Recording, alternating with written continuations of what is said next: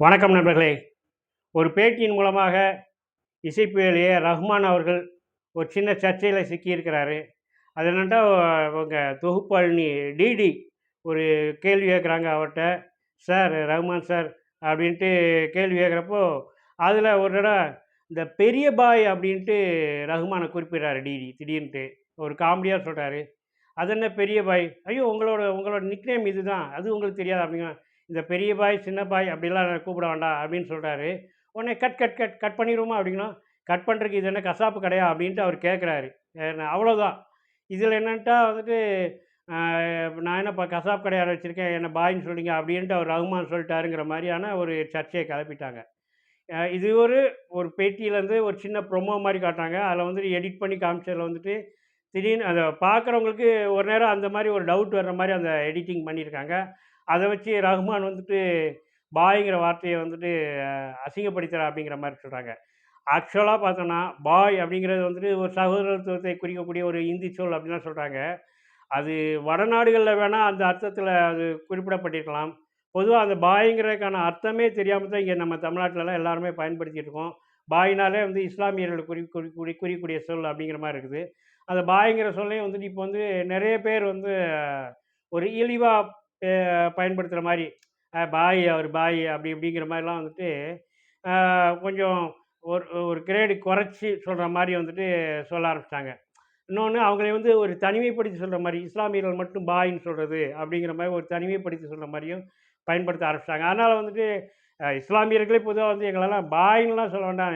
சகோதரரே சொல்லுங்க, மாமன், மச்சான்னு கூட சொல்லிட்டு போயிருங்க. என்ன நண்பான்னு சொல்லுங்க. அது எதுக்கு பாய்ன்னு சொல்றீங்க? அப்படிங்கிற மாரிலாம் வந்துட்டாங்க. அதே மாரி தன்மையில தான் வந்து ஏஆர் ரஹ்மான் வந்துட்டு இந்த சின்ன பாய், பெரிய பாய் அப்படிலாம் சொல்ல வேண்டாம். பெரிய பாய் ஏஆர் ரஹ்மானா, சின்ன பாய்ங்கிறவர் வந்துட்டு யுவன் சங்கர் ராஜாவாம். அப்படிலாம் நிக்நேமா. என்ன ஏஆர் ரஹ்மான் அது வேண்டாம். ஏன்டா ஏஆர் ரஹ்மான் என்பவர் வந்து இசைப்புயல் ஏஆர் ரஹ்மான் ஒரு இசையமைப்பாளராக தான் நம்மளால் வந்துட்டு கவனிக்கப்படுகிறார், பாராட்டப்படுகிறார். அவருடைய இசைக்காக தான் நான் வந்து எல்லாருமே அவரை மெச்சுகிறோம். அவரை வந்து ஒரு இஸ்லாமியர் என்று நாம் பார்ப்பதில்லை. அவர் வந்துட்டு அவருடைய இறை வழிபாட்டின்படி அவர் தன்னை இஸ்லாமியராக கருதிக் கொள்கிறார். ஏன்னா அந்த நெறிப்படி வாழ்கிறார். அது அவருடைய தனிப்பட்ட வாழ்க்கை. ஆனா ஒரு பொது வெளியில வந்து அவரை குறிப்பிடும்போது வந்து பாய்ன்னு குறிப்பிடுறது நமக்கே ஒரு ஷாக்கிங்கா இருக்குது. என்னடா இது டக்குன்னு வந்து இப்படி சொல்றாங்களே அப்படிங்கிற மாரி. அது விளையாட்டுக்கு சொல்ற மாரி அவர் சொன்னாலும், அது விளையாட்டுக்கு சொல்லக்கூடிய ஒரு விஷயம் கிடையாது. இப்ப இருக்க சூழல்ல வந்துட்டு இஸ்லாமியர்களை எல்லாம் தனிமைப்படுத்தி ஏன்டா ஏஆர் ரஹ்மானே வந்துட்டு நமக்கு ஒரு பாதுகாப்பற்ற சூழல் இருக்க மாரி நான் ஃபீல் பண்றேன் அப்படின்லாம் சொல்லியிருக்கிறாரு. அதுதான் உண்மை. அப்படி இருக்க சூழல்ல இந்த மாரிலாம் வந்து தயவுசெய்து குறிப்பிடாதீங்கள். இசையமைப்பாளர் வந்து சார் என்றே குறிப்பிடுங்கள். என்ன ஏஆர் ரஹ்மான் சொன்னது 100க்கு 100 உண்மை. அவரை தனிமைப்படுத்துவது போல இந்த மாரி பாய்ன்னு சொல்லி ஏன்டா இப்ப அதுவே ஒரு சர்ச்சையாயிருச்சு பார்த்தீங்களா? அவர் பாய்ன்னு சொல்லாதீங்கன்னு சொன்னதே சர்ச்சையாகுது.